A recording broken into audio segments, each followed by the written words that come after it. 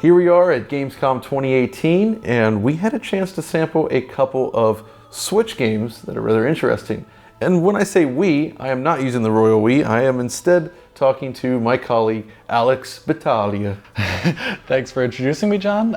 Yeah, unexpected to see these two titles. I hadn't really heard much about Diablo previously on Switch beforehand, so checking out in person was quite interesting, was it not? Yeah, I think it was announced just before the show, in fact, and yeah, they had it here straight up at the Nintendo booth, but the catch is, as you've seen from the footage, it was only running in portable mode. This is kind of a strange game. It was a PC game first, of course, then it graduated to consoles with a nice conversion, but it first arrived on PS3 and Xbox 360, so in a way, we're looking at essentially a cross-gen game here, and thus I think the Switch is a pretty good fit for it, but I can't remember if PS3 and 360 were actually locked 60 FPS. I think they were kind of inconsistent. I believe they were below often when alpha effects were on screen, right, or larger CPU battles at the end game. So we're looking at film footage here, but you can kind of see from the footage that the frame rate thus far seems to be holding up. We're hitting 60 frames per second. So the demo we kicked off here, it was in 2-player mode with 2 different switches, but eventually 2 other folks walked over, picked up the other 2 switches, and we got the full 4-player action with reasonably powered up characters. Yeah, just going through the dungeon with tons of alpha and enemies on screen, and yeah. Yeah, we kind of purposely picked the wizard character at one point because we knew it would be throwing out tons of magic missiles and comets falling from the sky and asteroids falling from the sky. And even in the heat of the action, it was holding its own, and it didn't seem to, maybe a hitch here or there occasionally, but it was generally, it looked like a smooth 60 FPS, regardless of what was happening on screen. Yeah, I agree. That was really surprising and impressive at how stable the frame rate was. But of course, there's the other aspect to it. So Diablo 3 uses a dynamic resolution, I believe, on the consoles. It's difficult to see when you're looking by eye, but I definitely do feel like the game did lose some of its sharpness at points, but just a little bit.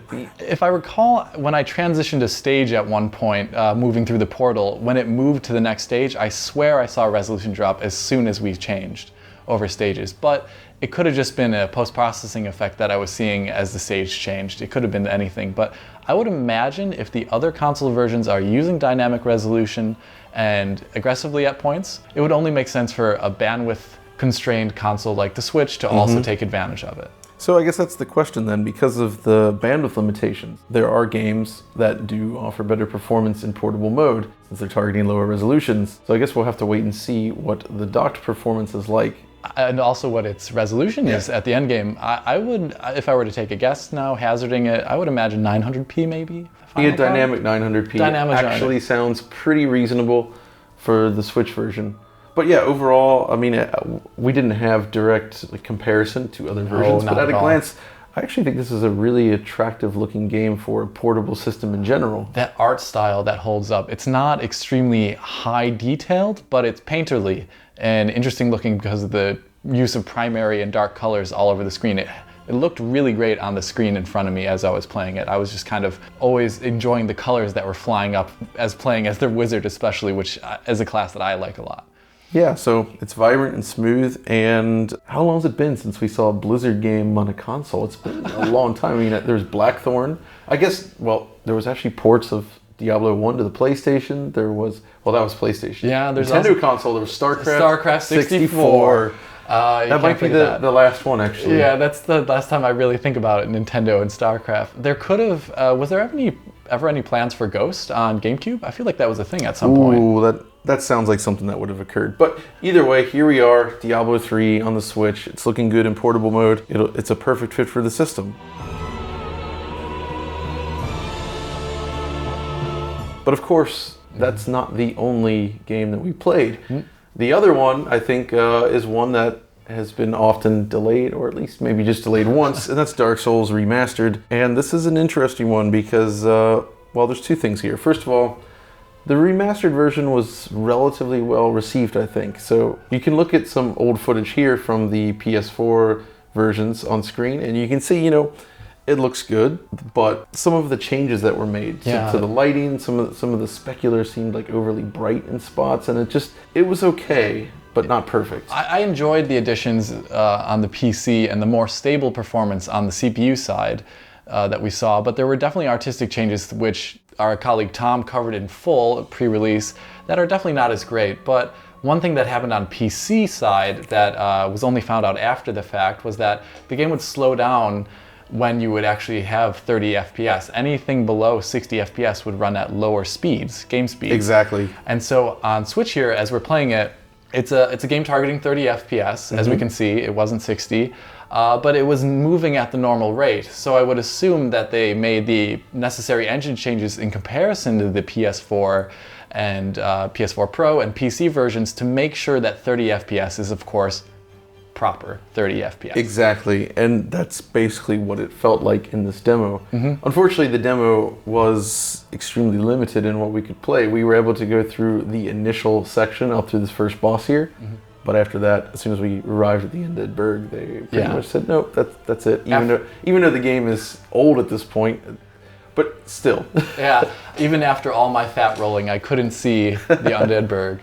One thing that I'm pretty sure I did notice is that there was an occasional slowdown. Yeah, there was occasional slowdown during the first boss. It's an easy boss to beat at the end of the day, but I did notice some slowdown there when he would slam on the ground and things like that. I would imagine it wouldn't be such a big deal. Usually alpha effects in the Souls games were the thing that would always tank frame rate regardless of platform.